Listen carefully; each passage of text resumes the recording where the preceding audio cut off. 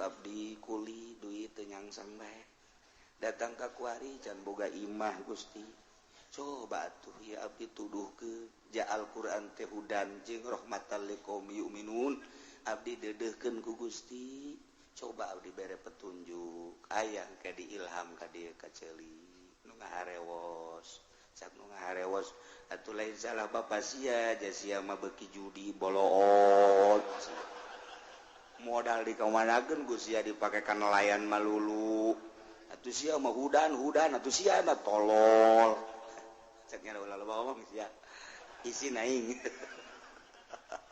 hudan wa rahmatal liqaumi yu'min masyaallah bari urang mulai mun urang dagang coba introspeksi ya dagang urang bener apa henteu ja aya dina Al-Qur'an aturan-aturanna mun urang dagang kumaha syaratna coba mun urang gade menggade kumaha ja aya cara-carana hudan itu Al-Qur'an teh sebagai petunjuk coba mun tani nu bener tanina ja aya dina aturan Al-Qur'an cara ngabibitanana cara kitu naon nyayanana dan lain sebagainya engke ngazakatna kitu keneh lamun urang ngawarung kitu keneh mun urang bisnis kitu keneh dan lain sebagainya ja aya horeng aturanna sebab Al-Qur'an teh fassalnahu ala ilmin hudan wa rahmatan liqaumi yu'minun sabada Allah ngajelaskeun tentang ashabul jannah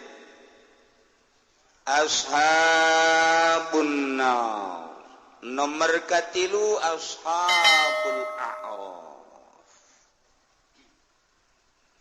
lamun jelema amalna lobaan ka bagus borok loba sanajan sagede sieun ashabul jannah lamun jelema amalna begitu diproses ditimbang ternyata lobaan kana goreng sanajan lobana henteu terlalu loba sagede sireum ateul doang tetep neraka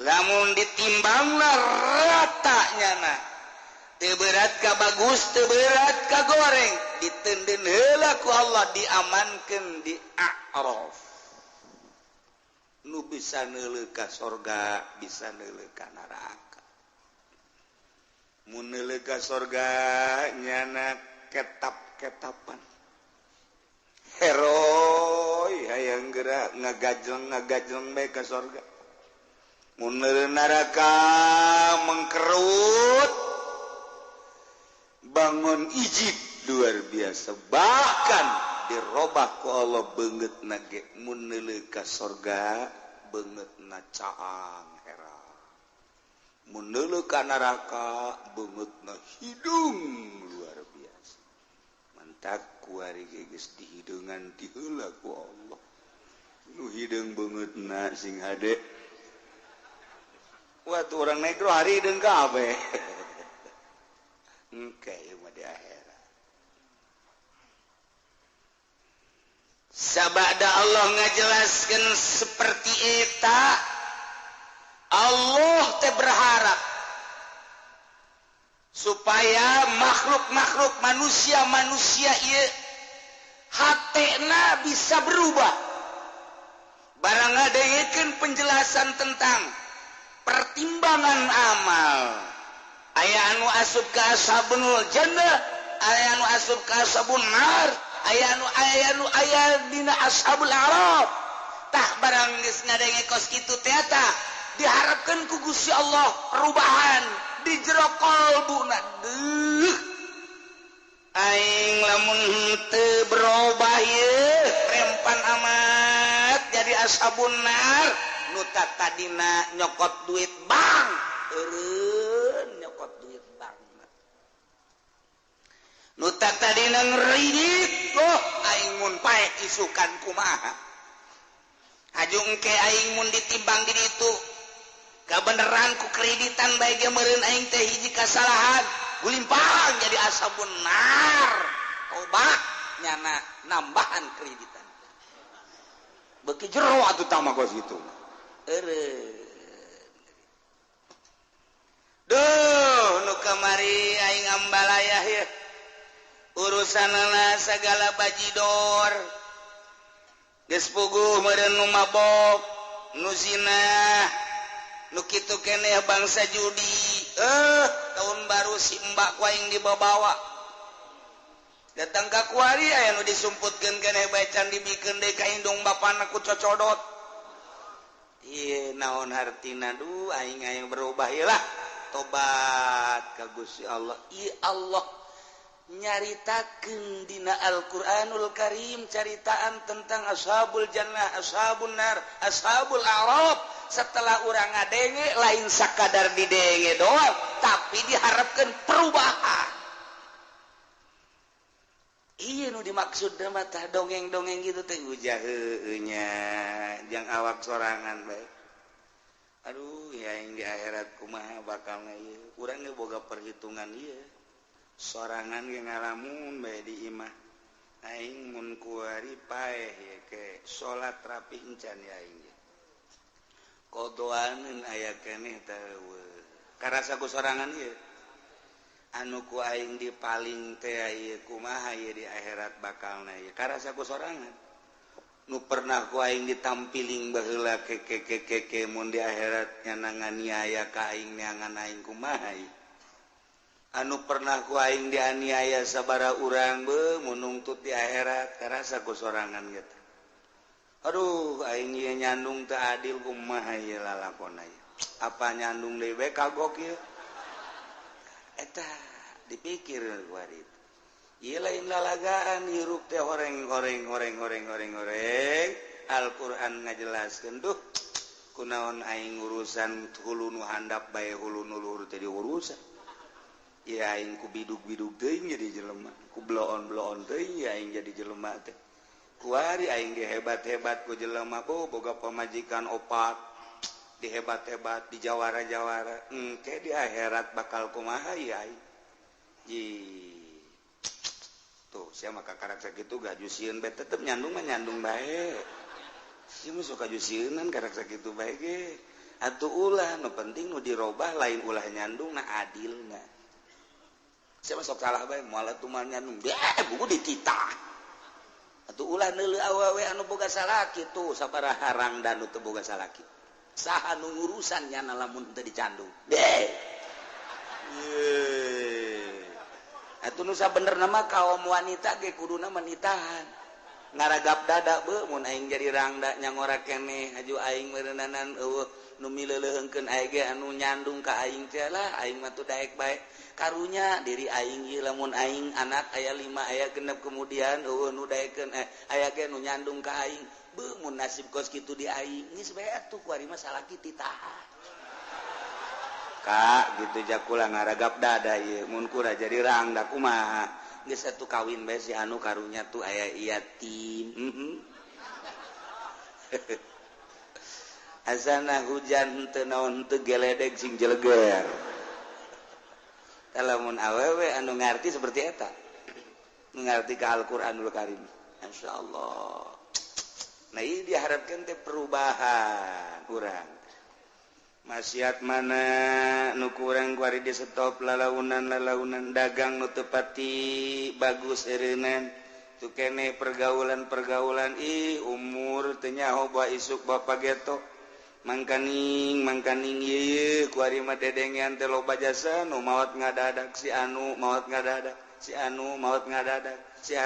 ngadadak mun terjadi ka aing paeh kuari atau zuhur atau asar ya aing kumaha ieu mun can tobat mulai kuari dilempengkeun deuk di ka Allah keun kuari pikiran aing hate aing ruh aing deuk di ka Allah keun ditobatan kuari nu dimaksud teh ya perubahan lain sakadar didengekeun tapi berubah mun kamari urang cinta ka Tuhan Syekh merekna ngan sakadar 100.000 di minggu ieu mah 1 juta geus kaburu paeh tah asana galedeg gede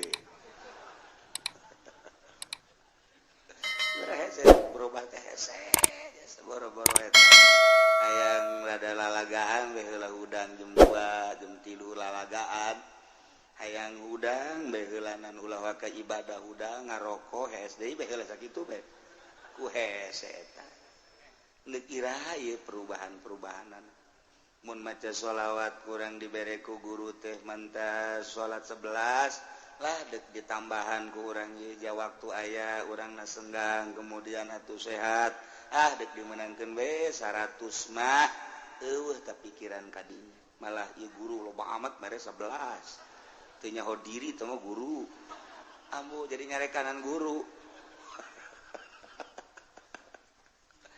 kira-kira orang perubahan tanya diri orang sedangkan paeh teu nyaho wa isuk wa pageto sia can berubah pikiran perubahan bae heula tanu dimaksud dicaritakeun tentang ashabul jannah ashabun nar ashabul araf kuari introspeksi diri Aisyah awak bakal asup ka mana asana mun kieu bae asana mun kieu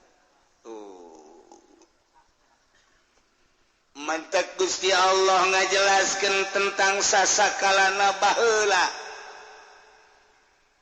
ketika Kangjeng Nabi diangkat jadi Rasul kemudian Kangjeng Nabi teh dibere mukjizat bentukna Al-Qur'anul Karim dibejakeun ku Kangjeng Nabi ka ahli-ahli Mekah nah ieu khususna jang ahli Mekah umumna jeung saantero jadi berarti khusus dina nuzulna ieu ayat teh jang ahli Mekah umumna jang urang jeung sepanjang masa terus bae sia deh kumaha ieu cek Gusti Allah walaqad ji'nahum bikitab yakti jelas demi gaulanu agung ngadatangkeun ka ahli-ahli Mekah ka kupar-kupar Mekah bi kitabin kalawan kitabiane Al-Qur'an ya Quran Muhammad bejakeun ka ahli Mekah sebagai tanda karasulan anjeun mukjizat Al-Qur'an bedakeun anu di jero Al-Qur'an teh fassalnahu ala ilm kaula nu agung geus ngajelaskeun isi kandungan Al-Qur'an teh dengan caritaan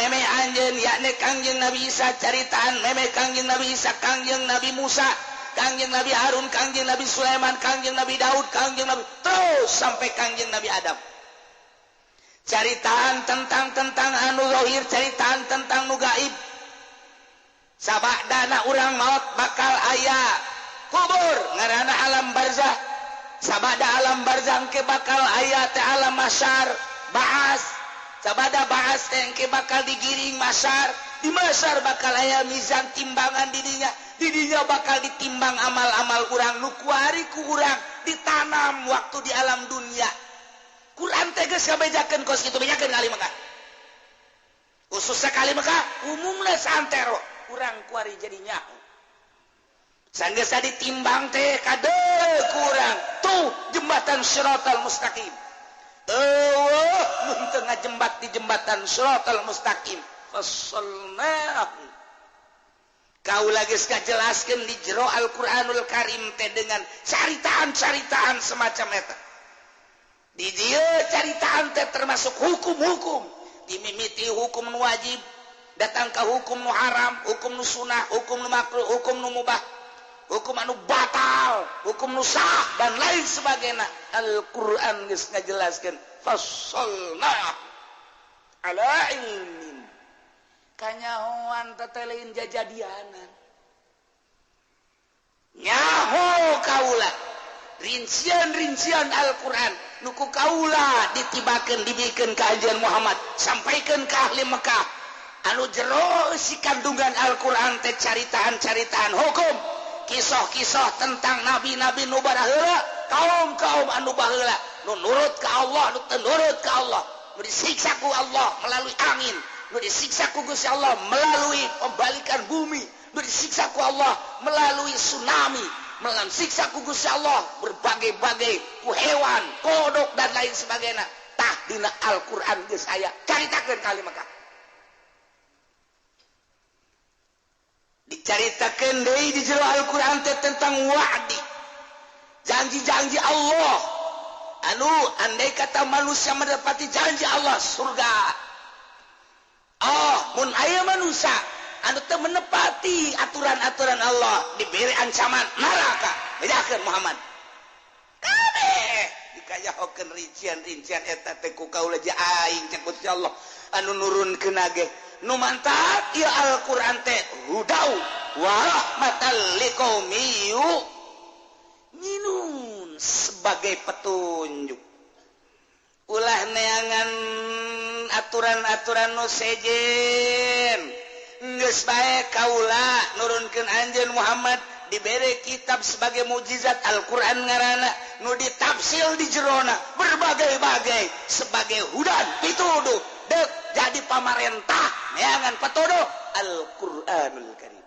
Hudan urang dek dagang sebagai ekonom dek berekonomi ulah hese-hese neangan petunjuk ti aing hudan Quran jadi petunjuk untuk berekonomi pasona sia dek berbudaya hirup di mana sia nu sesuai jeung budayana budaya Islam budaya Al-Qur'an baca Al-Qur'an bejakeun budaya-budaya Islami yo geus aya dina Al-Qur'an ulah neangan hese-hese petunjuk lah hudan Al-Qur'an sebagai petunjuk endek naon deui teknologi si hayang nyieun kapal babari buka Al-Qur'anul Karim ayat di jero Al-Qur'an sebab Qur'an mah fassalnahu ala ilmin hudan teangan kumaneh ayat-ayat anu nuduhkeun kana teknik-teknik di Al-Qur'anul Karim sebab Al-Qur'an geus dijamin sebagai hudan pituduh endek neangan ilmu naon deui ya aya awewe kurang ditanya aju nyana nyiduan teh banget kos kitu nanya aing ya tasbih siapkeun Al-Qur'an teh hudan sebagai petunjuk. Ya Allah ya Rabbi ulah maca dina Al-Qur'anul Karim laqad jinakum bi kitabin fassalnahu ala ilmin hudan abdi jelas nyata dek maka pituduh Al-Qur'anul Karim sedangkan lamun dibaca ayatna qala Yusuf li abihi ya abati inni raaitu ada asaru kaukaba wasyamsa wal qamara sajid dibaca 75 kali kuari tiupkeun ka arah imahna abdi yakin hudan baca Quran tiupkeun ka batu segede pok mun aya jelemana timpakeun ka tarangna dah ujiana mun teu ngudag jago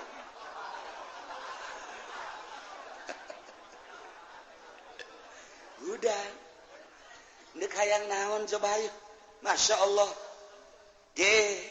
ulah dikira geus cukup ya hudan sebagai pituduh ente neangan pituduh ulah ka kitab-kitab nanaon hayang mahmur loh dinawi negara Indonesia hudan teangan petuduh dina Al-Qur'anul Karim cara berpemerintahan cara berekonomi cara berbudaya cara berhukum ente ulah jauh-jauh neangan petunjuk Al-Qur'anul Karim hudan lamun ente sebagai obat muslimin kemudian ente neangan petunjuk lain melalui Al-Qur'anul Karim godok we siang ke cek Allah Quran baca minta petunjuk ya Allah ya Rabbi ieu mah hayang sugih ka Gunung Kawi nah sia awas ya kunaon hayang ka awewe kadukun baca Al-Qur'an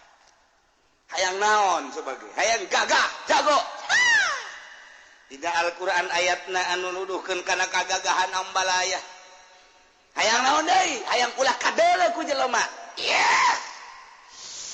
Pokona mah diwirid ku urang halimunan babari diwirid 7 peuting beres diwirid ku urang langsung tak tengah peuting ulah make lampu moal kadeu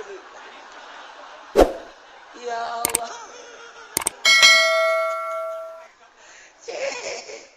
hudan tancapkeun tanamkeun di jero dada urang-urang sebagai umat muslimin cinta Allah, cinta Kangjeng Rasulullah, cinta Al-Qur'anul Karim. Buka Al-Qur'an sebagai petunjuk. Ayat baik, walaqad ji'nahum bikitabin fassalnahu ala ilmin hudan, sebagai pituduh. Ieu teh lain hiji ayat tu jaritakeun hudan urang dina alif lam mim zalikal kitabul la raiba fihi hudan lil muttaqin. Ieu ge hudan liqaumi yu'minun, sebagai petunjuk bagi kaum iman. Urang iman ka Allah, iman ka Kangjeng Rasulullah, iman ka Al-Qur'anul Karim, tinggal dipake hudan kunaon ka babawa ku lain Islam.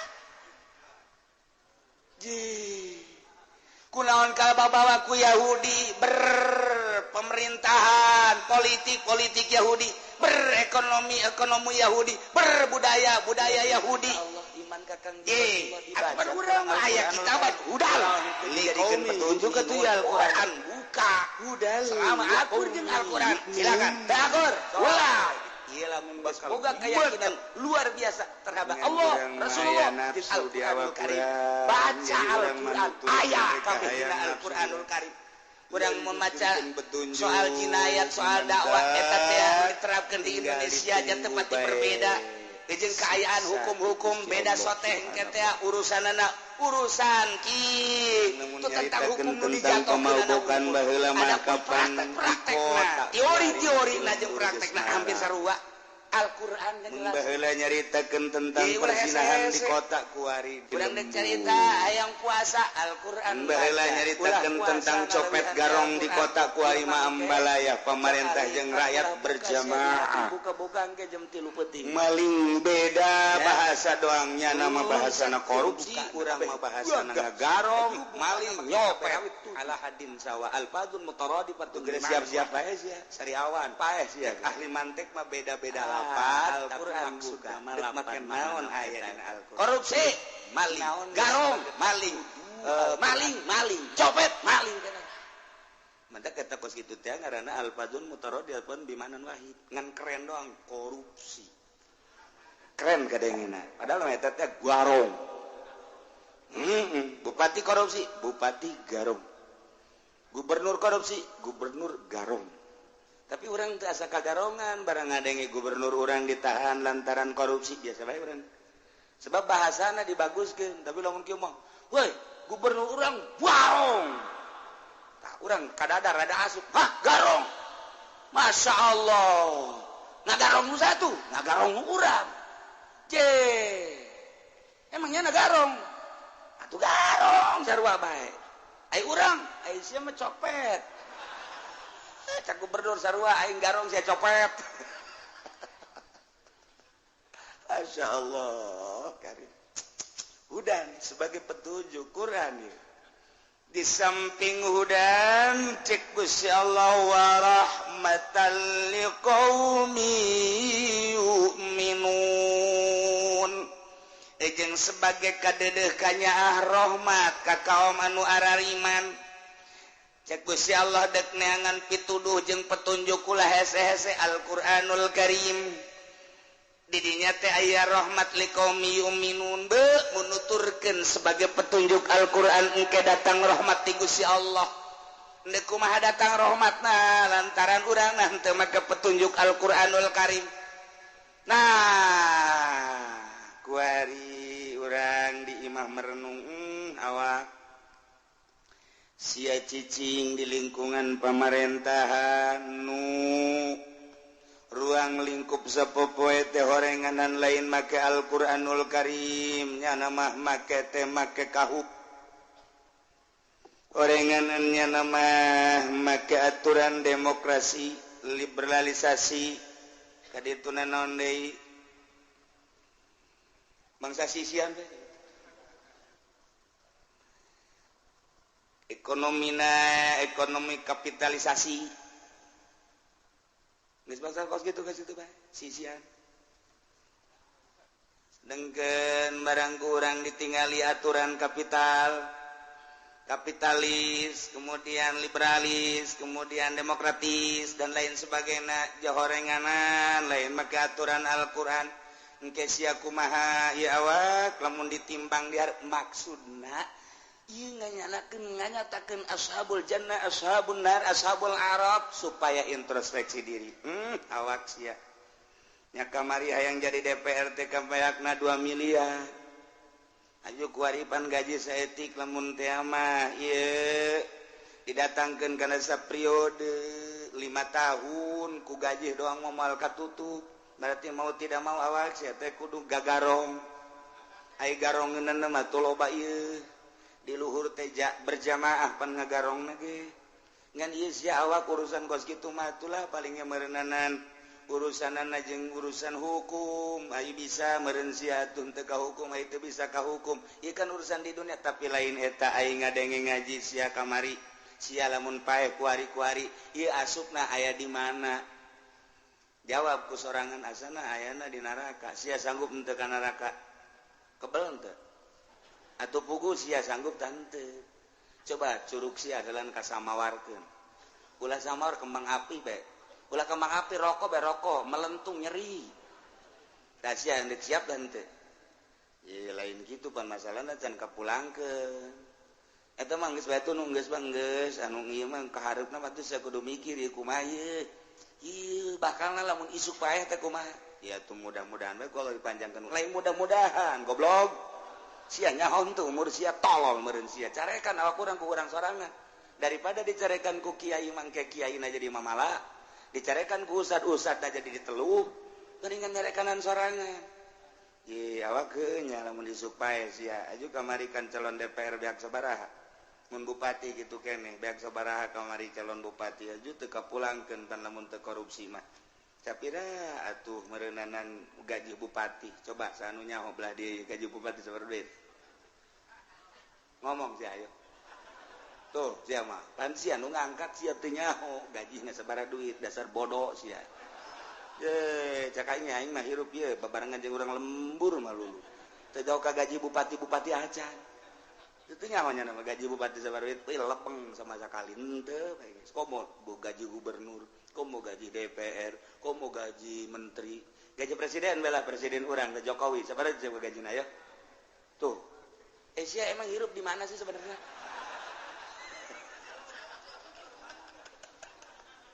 teu nyaho ka gaji pugu sia nu ngaji teu nyaho eta ka gaji kos kitu masyaallah paingan kumaha teu korupsi kumaha nah ieu ge belah dia mun ditanya teu nyaho barego kabeh sok doang make jas segala naon gaji bupati teu nyaho nya na sabaraha gaji bupati ada teu nyaho urang mah emang beberapa babarengan jeung urang lembur kabeh urang mah geus kajen urang mah urang lembur ge nu penting di akhirat ka gak kajen nyana ditu nu hebat make dasi ka neraka lah pokona mah urang mah geus boga yakin ainul yakin bahwa urang ka mana waduh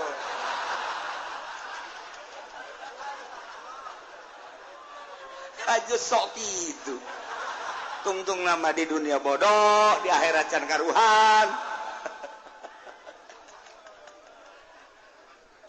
Masya Allah karim naya fassalna ala ilmin hudan wa rahmatan liqaumi urang mun nyaritakeun soal bodoh karasa ku urang bodoh ngitung bae ngitung urang mah era raraban cek baheula mah raraban hiji kali hiji dua kali hiji dua tilu eta babari datang kali 5 lah hiji kali 5 dua kali 5 10 tilu kali 15 4 kali 5 20 5 kali 5 25 genep kali 5 30 gen tujuan bisa tah mah asal geus tangsa 7 bae saya hiji kali 7 dua kali 7 14 tilu kali 7 20 hiji masih bibari keneh 4 kali 7 geus mulai tah 7 kali 7 puyang cak guru teh mundur terjadi keluar ulah kebalik giliran bae kanu kunyana dipake ka deudeu bisa anta guru bangsa murid anu henteu dipake ka karunya mah ngitungna 7 9 barangan we karunya mah sia coba hitung reraban 2 atuh bisa ka mah balik cekna ayo guru oplo ya guru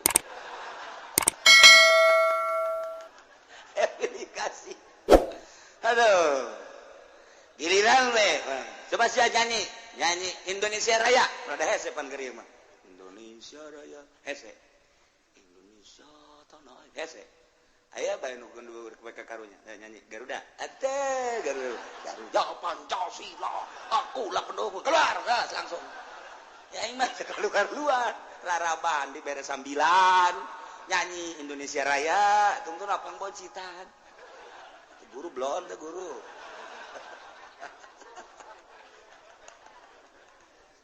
aduh nah mun carita kapinteran kula inget ka Gus Dur begitu dijadikan presiden langsung nyana kunjungan ke Prancis terus ke India itu bisa pinter ya mah jadi inget betung nama kurang bodoh Gus Dur pinter begitu datang ke India langsung ngobrol dengan Perdana Menteri India kaget Perdana Menteri India langsung dibere gelar doktor saat eta Masya Allah boga gelar doktor Gus Dur di India lain alagaan peneta Gus Dur seri bae begitu nyana ka jero ngomong ieu na kanan asisten saya udah dokter nih ya Gus Dur mah kos gitu ada presiden sih lalagaan keneh bae jangan sembarangan udah dokter nih eta keistimewaan Gus Dur sebab naon nyaritakeun tentang dunia nyaho kabeh nyaritakeun tentang tokoh nyaritakeun tentang filsafat budaya dan lain sebagainya kageteun tokoh India kaget sehingga diberi gelar doktor nyana boga doktor di India begitu balik ka dia sugan ngomong nyana gelar doktor teh Gus Dur mun Haji Pendi kakarak jadi hansip bagi Gus Kiki teu pernah ngomong bahwa saya gelar dokter teh padahal sahnya nama didoktorkeun Masya Allah pulang dek berangkat di Prancis kan langsung ke India begitu dek datang ke India kira-kira bangsa setengah jam deui kapal di luhur ieu awan bahaya gede luar biasa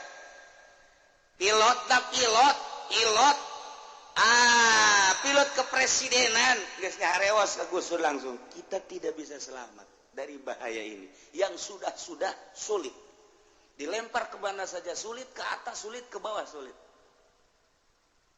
Gus Dur teh pulang lagi atuh nggak mungkin Gus kita harus pulang lagi nggak mungkin ya harus kemana tuh kita ini berarti kita mati di sini justru Gus bagaimana supaya selamat Gus Dur tetangga bagi KB geus nyarekalan Gus Dur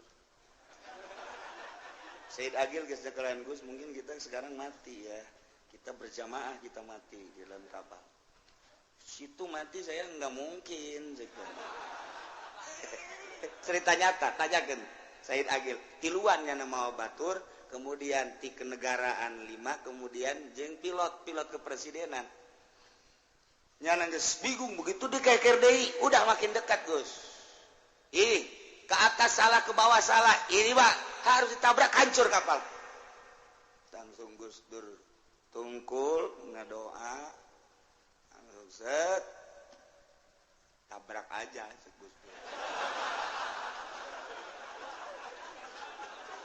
lain lalagan pilot geus ciut tabrak saja insya Allah selamat si Gus Dur Masya Allah begitu 10 menit 5 menit tiba-tiba muka eta awan gelap set di jero awan eta teh aya kiai cak pederopongan pilot aya kiai pakai jubah cak kiai maju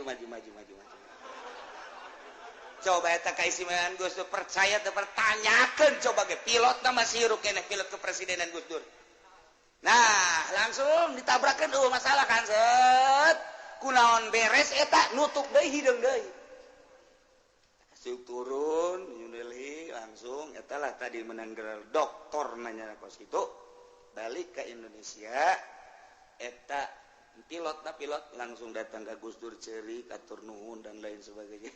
Gus Dur teh jangan sama saya, sama Allah. Itu dari Allah. Saya cuma mohon kepada Allah supaya selamat. Cak Umar Wahid dokter nyana aya Gus Dur Abdurrahman Wahid aya adina ngaranna Umar Wahid jadi dokter. Eta teh Umar Wahid. Gus, kenapa waktu itu berdoa selamat begini? Cek Gus Dur teh makanya saya berdoa selamat. Permasalahan Indonesia belum selesai. Kalau pulang lagi ke Perancis itu berarti relay waktu. Acak-acakan kan ini kan di schedule negara mah. Untuk hari ini di sini, untuk hari ini di sini, jadi kalau lambat 1 hari nanti acak-acakan. Nah makanya saya berdoa antara mati dan selamat. Kalau mati ya mati selesai. Kalau mau diselamatkan selamatkanlah. Allah ternyata memberi keselamatan. Coba ya tabatur mengadoa kos gitu. Urang yang mantak naon, ya Allah ya Rabbi, salamatkeun abdi sebab nu kolot marah bae. Ieu mah supaya leuleus lah nu kolot. Ja abdi makhluk Gusti, nu kolot makhluk Gusti. Tama endek dipaehan mangga deuk wae. Mun kadengen kuno kolot bolon. Ngadoa teh kos kitu. Ya Gus Dur. Masya Allah. Nah ieu kapinteran Gus Dur lain bae dina zahir tapi dina urusan hakikat seperti eta. Pohara jasa urang nyaritakeun tentang keistimewaan Gus Dur. Kuari kakarak jelema rindu ka Gus Dur ketika kuari kaayaan di negara batur una rakyat berartinya rencana-rencana dan selanjutnya. Aset mana nu dijual, aset mana nu dijual, encannya raho pan di rakyat mah. Emang kiai lain rakyat lah bohong sia. Suka juga aing. Tuh kan deka mana coba urang mun tayangna minta penjelasan nyaho-nyaho Gus der anu endeu kumaha. Ieu kan negara urang lain negaranya anak. Urang kan bagian negara Ibu Pertiwi. Ya Allah ya Rabbi. Nah, iyalah Quran. Cak Gus Dur hudan wa rahmatal liqaum yu'minun. Ieu nu pernah dibacakeun ka Umar Wahid ketika ditanya waktu itu kenapa berdoa ieu nyana hudan wa rahmatal liqaumi yu'minun. Aya petunjuk jeung aya kanyaah ti Gusti Allah untuk kaum nu beriman. Asal urang nabi sampai ngadeketkeun diri ka Gusti Allah. Masya Allah. Urang aya ngaji makan ngeunaheun ngadengekeun. Barang datang ka ieu mah coba aing ngadoa. Gusti abdi geus ngadengekeun penjelasan Al-Qur'an ku jelas, ku nyata sebagai petunjuk. Abdi tiba heula di modalan ku kolot geus sabaraha puluh juta meur ambruk bae Gusti. Aju abdi kuli duit teu nyangsang bae. Datang ka kuari can boga imah Gusti. Coba atuh ya abdi tuduhkeun ja Al-Qur'an teh hudan jeung rahmatal liqaumi yu'minun. Abdi deudeuhkeun ku Gusti. Coba abdi bere petunjuk. Aya ka diilham ka dieu ka ceuli. Nu ngaharewos. Cak nu ngaharewos atuh lain salah bapa sia, ja sia mah beuki judi boloot. Modal dikamanakeun ku sia dipakekan nelayan malulu. Atuh sia mah hudan atuh sia mah tolol. Cek nya ulah ngomong sia. Isi naing. Hudan wa rahmatal liqaumi yu'minun. Masya Allah. Bari urang mulai mun urang dagang coba introspeksi ya dagang urang bener apa henteu. Ja aya dina Al-Qur'an aturan-aturanana. Mun urang dagang kumaha syaratna coba mun urang menggade kumaha ja aya cara-carana hudan itu Al-Qur'an teh sebagai petunjuk. Coba mun tani nu bener tani ja aya dina aturan Al-Qur'an cara ngabibitanana cara kitu naon nyayanana dan lain sebagainya engke ngazakatna kitu keneh lamun urang ngawarung kitu keneh mun urang bisnis kitu keneh dan lain sebagainya ja aya horeng aturanna sebab Al-Qur'an teh fassalnahu ala ilmin hudan wa rahmatal liqaumi yu'minun. Ya Allah dibejakeun ka ahli Mekah soal keistimewaan Al-Qur'an, rincian-rincian Al-Qur'an, penjelasan Al-Qur'an.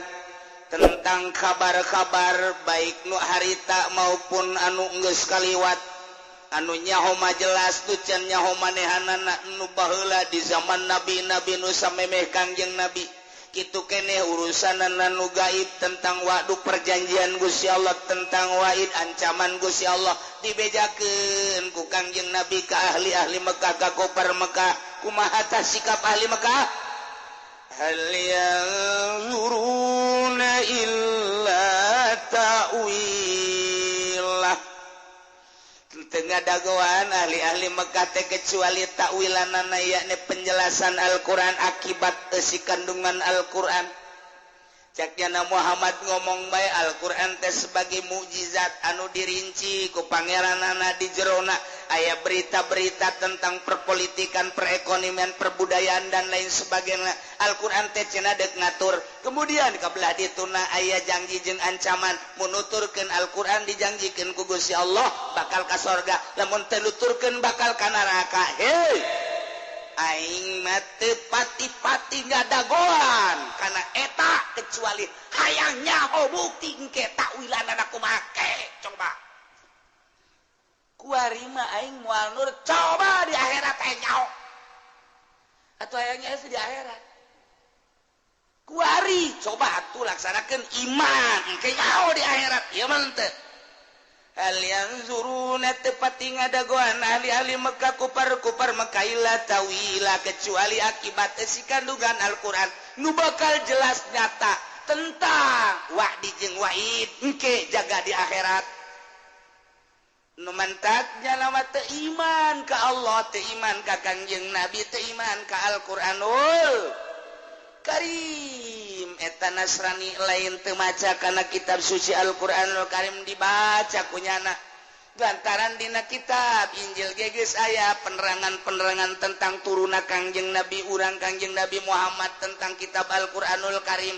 Tapi manehanana ieu asup kana ayat hal yanzuruna illa ta'wilah tepati ngadagoan nyana kecuali hayang nyaho akibat si kandungan Al-Qur'an buktina coba engke kumaha ta Al-Qur'an kuari ba sia-sia aing bae sia Al-Qur'an aing ba Injil bae sia Al-Qur'an aing ba Taurat bae sia Al-Qur'an aing ba Zabur bae agama sia Islam aing ba Nasrani agama sia Islam aing ba Yahudi coba hayang nyaho engke di akhirat pangahina eta mah kos kitu mah lain iman ngaranna mantak yauma yati ta'wiluhu yaqulul ladzina nasuhu min qabl kajadian mangke para raeh nu kuari mah nu iman-iman nu henteu geus aya ti dituna kuari keur meujeuhna perang di Indonesia khususna umumna di dunia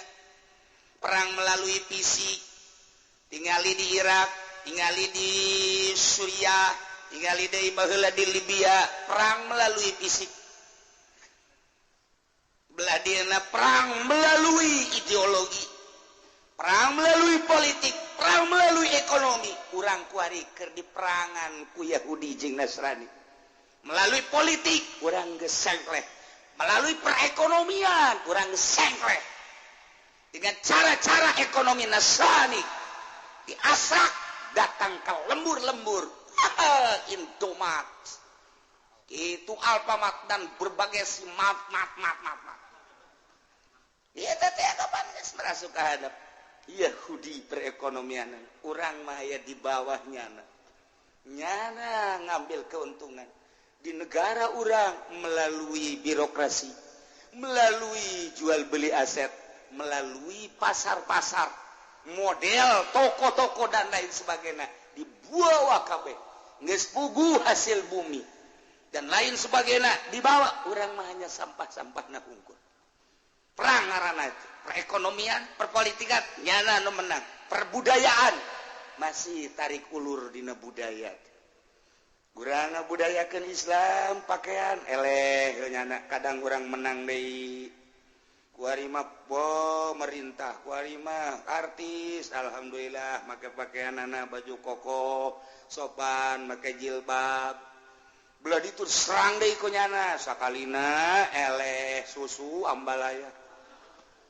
ping-ping ke mana-mana artina ke mana-mana gejala mana ke mana ping-ping ke mana misah burung gitu awakna di mana susuna di mana budaya model Koskara itu tarik ulur terus mantak ieu nu dihanjakalkeun urang mempertahankan budaya Islam melalui uraian Al-Qur'anul Karim anu diijmakeun ku para ulama geus jelas. Ieu salat tata carana, adab-adabana kieu dirusakna ku orang-orang anu deukeut ka Yahudi mudrat. Tidak usah pakai baju gamis, itu mah budaya Arab cekna. Kita mah biasa aja di Indonesia mah pakai baju batik, pakai baju dan lain sebagainya kos gitu. Naon bedana jeung Yahudi? Tarik ulur nya teh nu Koskara itu teh encan aya mutlak menang mah. Sebab lu pakai berkeliaran di Tangerang Ki Haji pakai sorban. Pakai kopiah, pakai jubah. Waduh. Bisa tukangeunana mau monon di mana ya? Pajar juri gitu sebenarnya mah. Tapi aya kene nu kuat. Di Cianjur kadeuleu masih kuat, di Bandung masih kene anu kuat. Rakyat mah santri kitu urang lembur masih kararuat ustadna make kaos kitu make kopiah. Mantak nyana cangcaya ka ustadna aing ye nuturkeun ucapanana sementara nyana mah nuturkeun Yahudi. Geus bae cangcaya tak ka kiai-kiai nu kitu. Ieu di urang mah masih kene. Tungtungna nyana membabi buta bae nyalah-nyalahkeun ka urang padahal mah aya di diri nyana sebab nyana tasabuh jeung kafir. Masih tarik ulur. Perpolitikan urang eleh. Perekonomian urang eleh. Perbudayaan hampir eleh. Terus kabelah dieuna urang pendidikan ge geus hampir eleh diserang terus ku Yahudi terus. Nah, kaharepna wallahu a'lam. Ikan perang ngaranna terus. Ieu masarkeun ieu. Wow, pasaran teh lain di pasar terbuka bae di internet. Woi, pasaran-pasaran di internet ya, geus jualan samping, jualan baju, jualan jubah di internet. Geus penjualan kitu keramik, jualan teraso dan lain sebagainya. Hai, jualan si eta ya. Di internet mah jualan si eta ya. Si eta. Tinggal klik, waduh. Nomor teleponnya berapa? Berapa sih harganya? Oh iya. Langsung tek. Oh iya, siap. Tahun baruan di mana? Oh iya, kita di Bali saja. Oke lah. Ketemu nanti di Bali. Oh, ya. Gitulah amarita kejadian. Udah nggak usah ke Bali, kita situ aja Cipanas. Ya udah, Cipanas. Saya booking 4 dah, jangan 1. Waduh. Banget. Iya, gue sekarang itu. Ika karek dalam rinca anu di luar negeri, anu liburan di Singapura, anu liburan di Thailand, anu liburan di Bangkok, anu liburan terus ka ditu ka Timur Tengah dan lain sebagainya, nu ka Eropa, nu ka Amerika, wallahu a'lam. Kumaha meureun cacak liburan di urang ge seperti Koskara itu.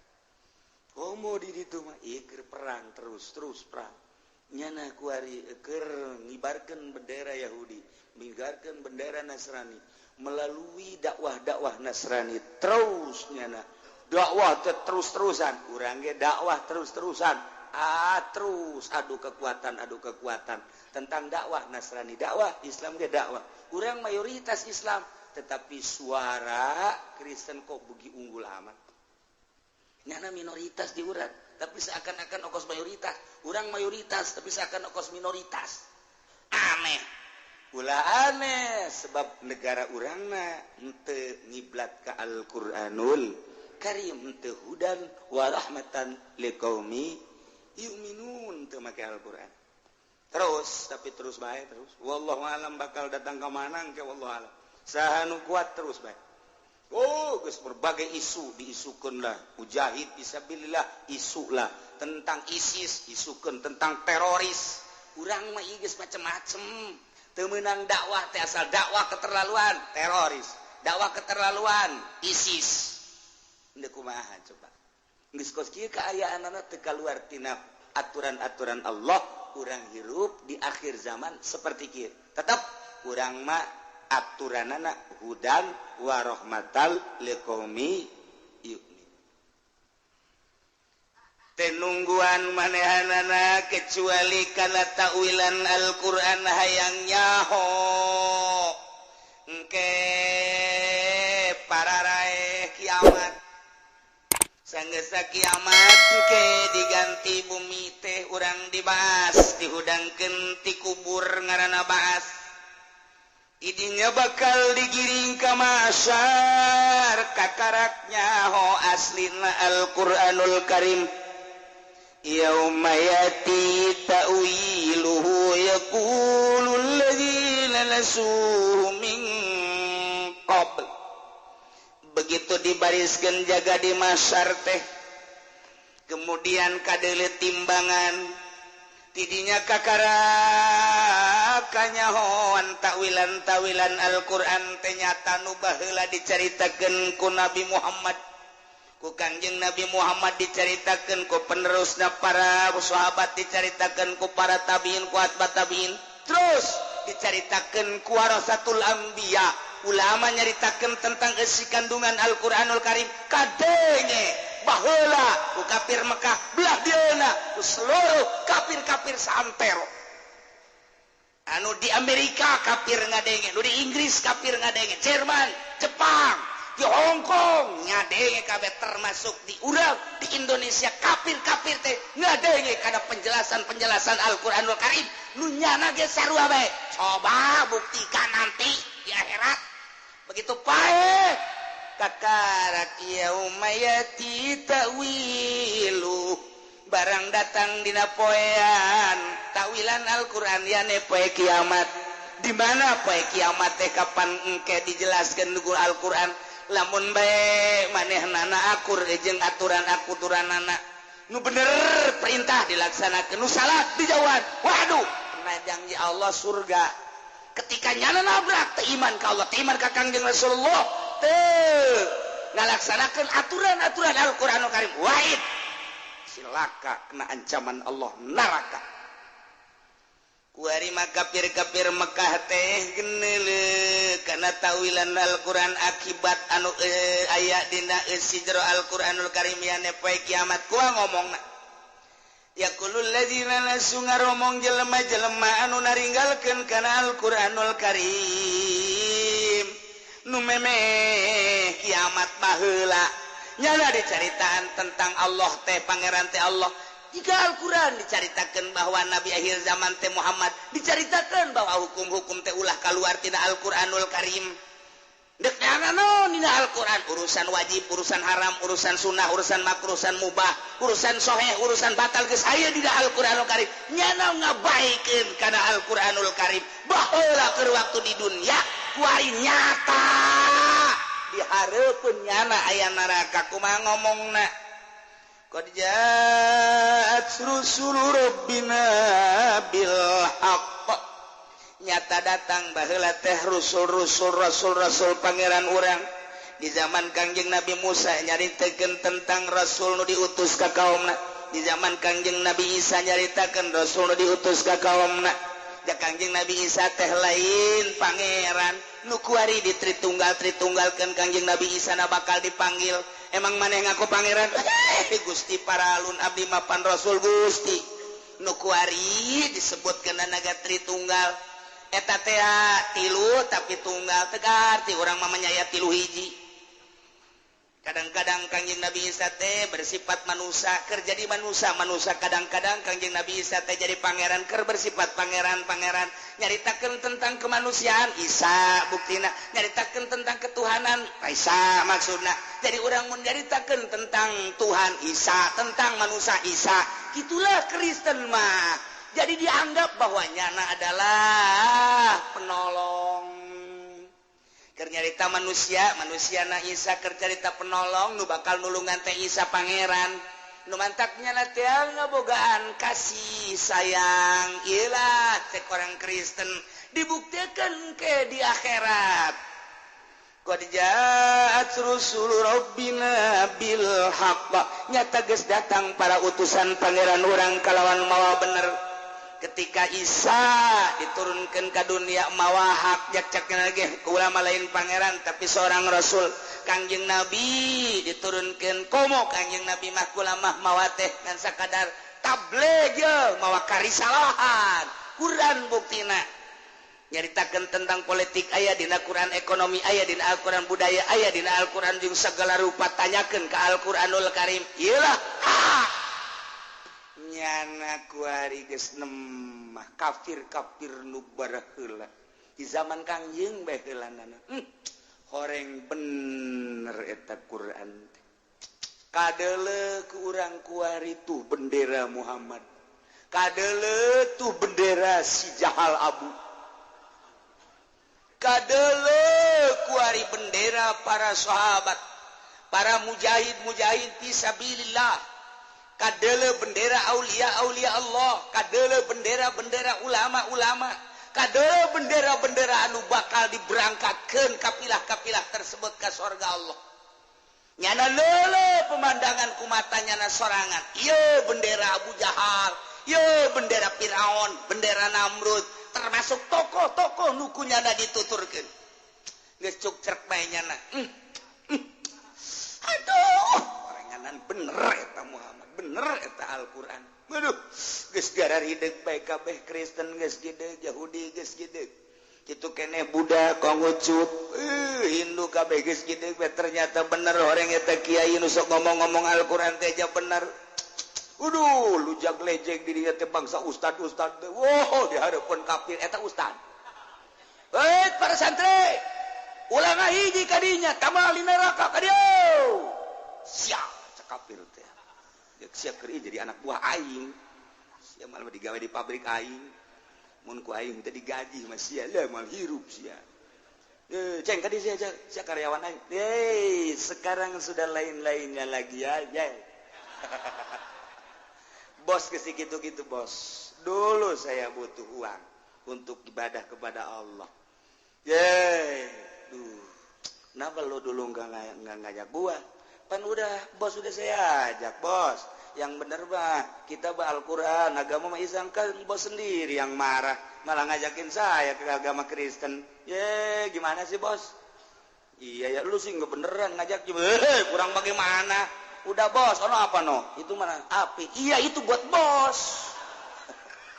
Aduh, geri jasa. Nggak ada lihat gitu ya Allah.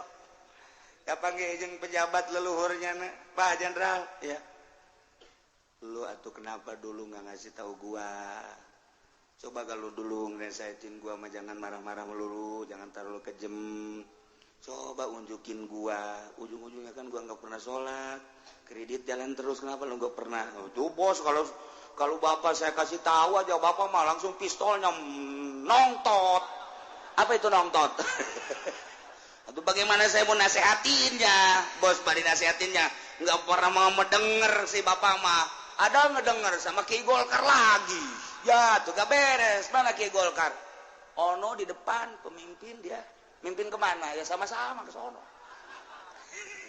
udah itu aja ikutin ya Pak ya kamu mah ini kemana ya, saya mah ya namanya juga prajurit dulu sholat saya terus, puasa terus, saya mau biarin lah gaji juga kadang-kadang ya seada-adanya aja saya mah alhamdulillah ngikutin kiai yang bener waktu dulunya. Lu kenapa nggak ngasih tahu gua? Kan udah saya kasih tahu, bapak kan marah sendiri. Pistol aja nogel, apa itu nogel? Aduh, jadi gara Robert we kosi unjil jeung secuplis kieu. Kocek. Geus teu bisa kuku bah. Jenderal tinggal jenderal, bupati ngomong, lu rakyat gua ya? Iya. Iya bapak ya? Iya. Lu kemana? Saya mau ini bendera kiai saya di sini. Bapak punya bendera? Ada. Kiai mana? Oh no kiai. Kemana? Tahu itu. Ya rombongan sini dia mah. Aduh.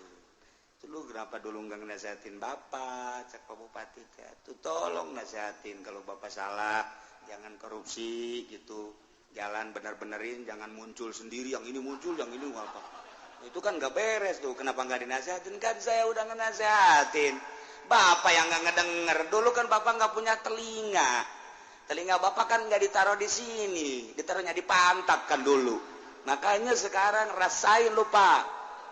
Mungkin orang bisa gitu ke Bupati, kuari mah ditangkap orang. Ini makan cerita di itu ya mungkin. Cerita di itu, nangkap gua mah ya mah dongeng di itu ya mah.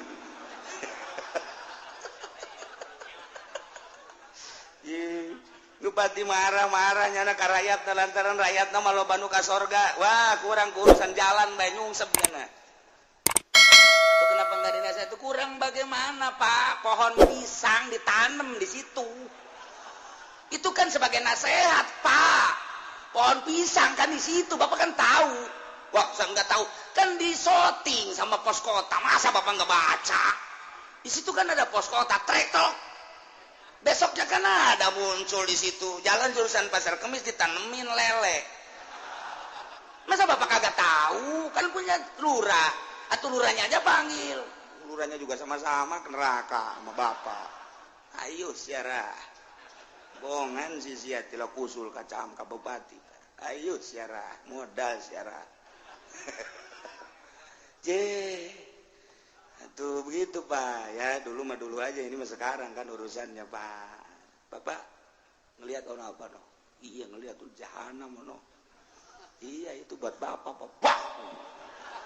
Kalau dulu di dunia gua pukul lu. Iya ini kan di akhirat Pak. Nggak boleh paling pukul-pukul Pak. Ini mah urusannya malaikat langsung Pak. Nggak boleh Pak ya. Udah selamat tinggal Bapak. Nyeri tak hati bupati di gitu-gitu. Aduh, encan gubernur, doh, encan kepala bagian teh naon kabag. Kemudian naon deui karang saluhureun kabag teh? Naon deui lain kabag namun di pemerintahan, sia mah di pabrik sia mah. Dasar kanyahonangan pabrik doang sia mah. Segala personal dia supervisor eta mah pabrik teh mah geus kitu mah. Aing hese ieu babarengan jeung orang lembur teh kieu na doang ieu. Aduh, Masya Allah. Ya Allah, ya Rabbi. Nah. Qad ja'at rusulu rabbina baheula rasul pangeran datang bil haqqi. Geus datang para wali mawahak, geus datang para ulama mawahak. Nyana nyaritakeun tentang kredit teh haram sebab dua akad, nyaritakeun tentang bunga bank haram ribawi. Nyaritakeun tentang perpolitikan nulain aturan Al-Quran temaka aturan kalau Al-Quran nyana nyaritakeun aturan-aturan politik ku kiai dicaritakeun, ekonomi dicaritakeun, budaya datang ka kami sebenarnya mah bil haqi kebenaran ngan kami na bae teu ngadenge pedah tama kiaina teu sakola ku kami teu didengekeun lantaran sapira kiai ka kurung batok henteu boga pangalaman kami mah hayang ngadengikeun ge kiai anu to kami Isra nu ka Yordan ka Turki hayang kami mah boga kiai nu kos kararitu anu haju dikendalikeun jeung kami ku kami cak kami hideung-hideung cak kami koneng-koneng artinya nyana nuturkeun ka kami hanjakal jasa keur di dunia teh nutur-nutur kiai salapi nah di dieu ye kakara kuari mah nyana teu percaya dah kiai kos kitu ulah didengekeun antepkeun gerak pae sia ku aing dek dilalaga sia di akhirat dah cenah ki uci mah sokos cenah bakal ka surga beje sia nyebut sok aing ayo keur pae sia aing mah boga kayakinan aing mah maca Quran osok salat osok aing mah sanjan teu husu ge ye ayo sia korupsi dan lain sebagainya maknya Allah ngabenerkeun kana korupsi keyakinan aing mah kajian kumaha ge ayo ngadu sia di akhirat ye tama kiai uci teu mau sombong aing sekali-sekali nyombongan sia mah wani aing lamun kawali aing teu wani aing ka sia mah aing wani aing kan sok udang ti peuting zikir teu wani aing ge sombong aing ka modal sia mah aing wani aing cak aing wani kos gelut bae sih kos gelut urang geus tamat ieu set neuleuh anu kuda-kudana cengep disepak wae direkas wani aing atuh sarua ibadah ge potongan korupsi kos kitu wani aing di hareupeun Allah kajian kumaha ge lamun Allah ngasorgakeun sia henteu dikanarakakeun aing pujianna demo ka Gusti Allah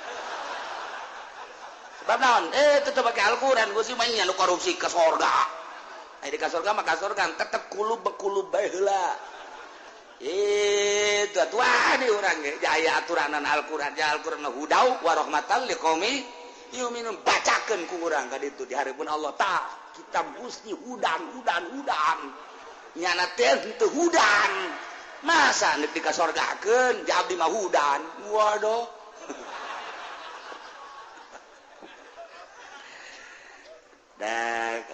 maksudnya supaya siapa lawan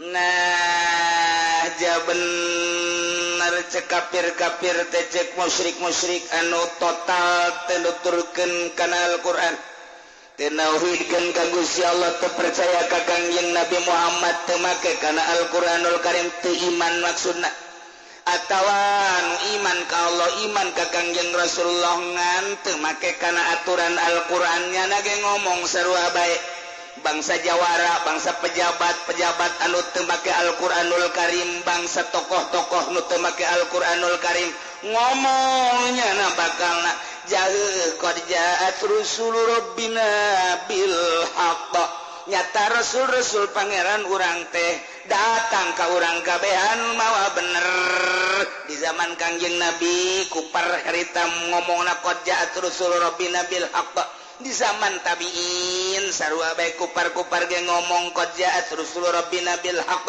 di zaman urang kuari ge jaheuh horenganan qad ja'at rusul rabbina bil haqqi eta bangsa kupar-kupar zaman ayeuna bangsa jelema nu teu make Al-Qur'an iman ka Qur'an tapi teu make kana Al-Qur'an diharam-haramnya terus bae ditabrak ku nyana di akhirat bakal ngomong jaheuh horenganan nu diharam-haram teh bukti nyata.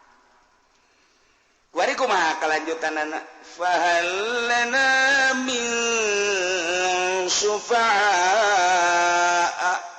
fayasfa'u lana